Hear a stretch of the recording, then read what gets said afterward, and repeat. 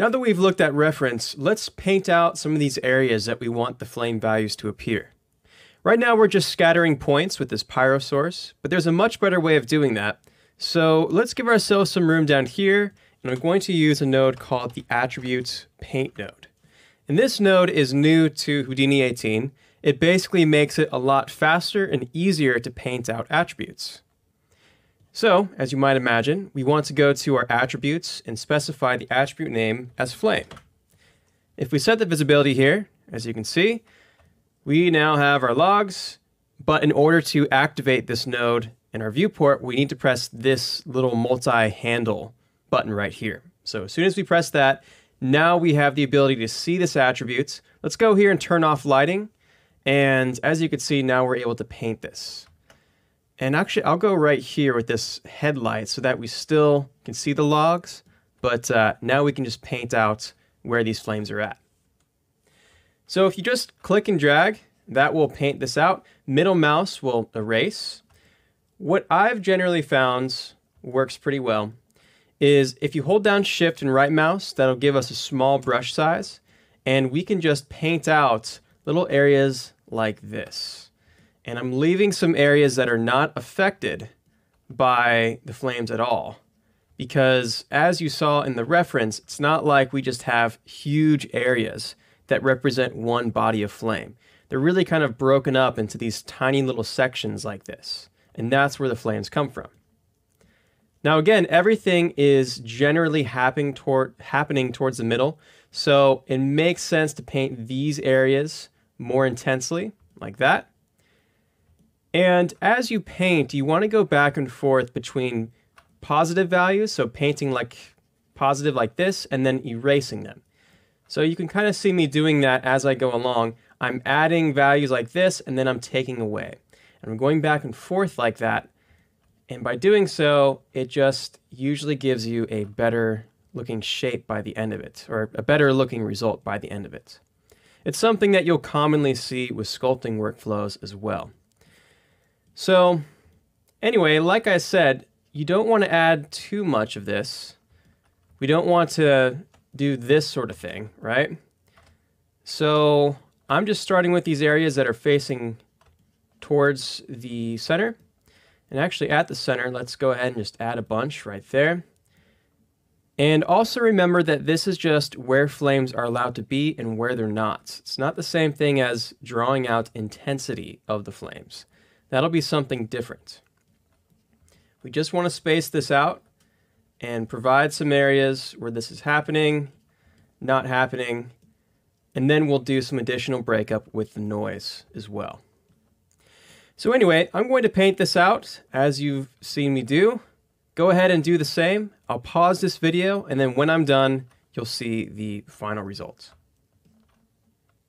All right, and there we go. Now, obviously, we might need to go back and change this and repaint this. It's just going to get us started in a general direction, but notice how I just have all of these small little patches where flames are allowed to happen. And I've tried to avoid big old stretches like this so that we have these small bodies of flame that all emit from the log, and then as they go upwards, they'll combine together to give us bigger bodies of flame. So there we go. Now that we have that, let's set that to our pyro source. And after the attribute paints, we now want to scatter based on this attribute. So let's create a scatter node right here. We'll say density attributes, flame, right there. And now this will serve as our points. Let's try 20,000 and see what that does. So there we go. 20,000 isn't too bad. Let's go down to the bottom and also turn off this relax iterations. That'll cause a less uniform distribution of those points. And usually I like this because it just looks a little bit more random. Okay, so now at the pyro source, we need to say mode, keep input, right there. And everything should apply as usual. Now let's just double check what we have here. I think the particle scale needs to be turned down. Let's try 0.25 and probably go up from there a tad bit, so maybe 0.4. There we go. On the rasterize, let's take our voxel size to 0.005. So we'll double that resolution. Now we're at 500,000 voxels, which isn't too bad. But let's just maybe take our coverage scale to 10.0075. And then again on this pyro source, let's go back up here.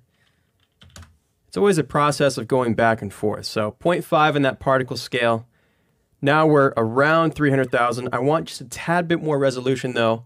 So let's take our voxel size down to what it was before, which is 0.005. And I think this might serve our needs pretty well. Let's also go up to the pyro source, turn down this particle scale, again, just a little bit, 0.35, and I think this is what we're generally after. Back to these noises, let's bypass a small noise real fast and focus on the large noise again. On the distribution, again, we want something that's either 0 or 1, like that. And let's take this pulse duration up. So we'll say 2 on that so that our noise does not move as quickly. And let's actually turn that up even more. Let's say 5. Perhaps the large noise will represent flames gradually disappearing and coming to being. Again, generally flames stick to the same area. And they do shut off, so to speak, but it happens at a slow rate.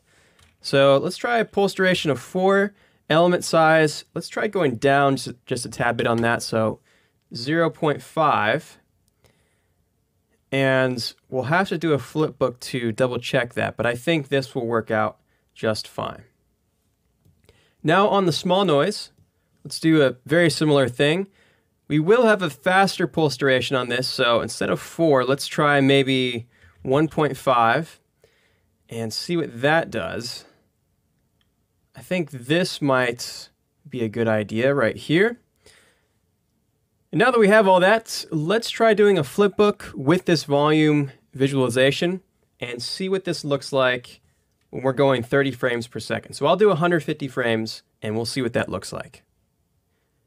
So here we go, we have this, and the one thing that I'll probably change is on the large noise. I want to make that move just a tad bit faster.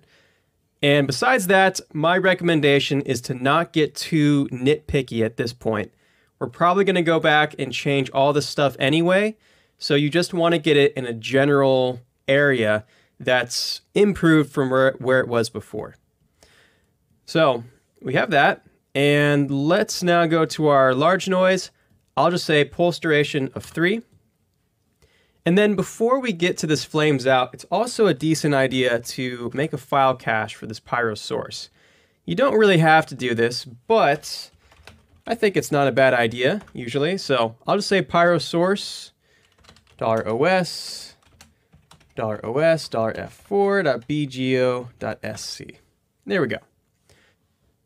Okay, great. So now we have this. We're right around, I believe, 300,000 voxels. Well, we're at 487, so that's fine. As long as it's not 3 million, 5 million. I mean, you can go that high, but this will make a very big impact on how long your simulation takes.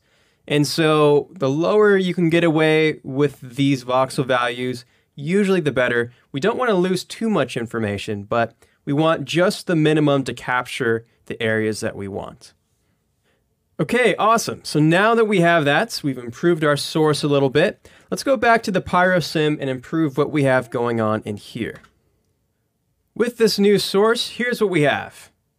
So as you can see, we start off in these little sections, and as they get taller, they start combining into bigger licks of flame.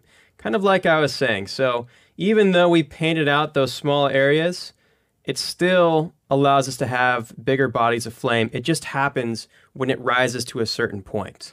And that's good. The next thing that I do is I would specify the domain. Now, the idea here is that with the sparse pyro solver, this thing is able to go as far as it wants, right?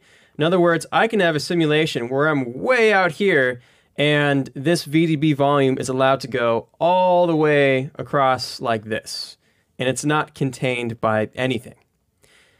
Now, in many situations, this is ideal, and this is why sparse pyrosolver is really cool, especially for missile trails and things like that. But in this case, we do want to limit this domain so that we're not thinking about voxels that won't show up in our shot anyway. It'll just speed things up, and we don't want to have things being calculated in areas that the camera doesn't see. So that's what this max size here is going to do for us. If you check the max size and we check on domain, this represents the areas that will get cut off whenever this goes to simulate. So the max size in X, let's say maybe that's 5, or less than that, 3, maybe even less than that, 2.5. I think that should be about good. The Y, let's try 5 on that as well. Maybe 6, actually. We'll go 6. And then with Z, we'll try 2.5 as well. This is another great reason why it's important to bring whatever you're simulating to the origin, because it makes these settings really convenient as well. Now, this is also different than this treat X, Y, and Z, because this acts as a boundary that the volumes are allowed to collide with. So, for instance, if I had a ground plane and I wanted the fire to bounce off the ground plane, I could say treat Y as closed above, like that, and as you can see, it'll clip off anything above 0. Or I could say closed below, it goes the opposite direction. And the difference, again, between this and the max size is that this will collide with the volumes, whereas this max size will not. So now at this point, we have a few different options. We could start thinking about microsolvers, we could start sourcing in other volumes, or we can start setting up a shader and a rendering setup so that we have a general idea of what this looks like. I prefer setting up a shader at this point, so we'll do that in the next video. I'll talk about how to shade fire, and then once we have that set up, we'll correlate that with what we see in the smoke object, and we'll have some sort of preview that we can use to judge all the other microsolvers and sourcing effects as we go along.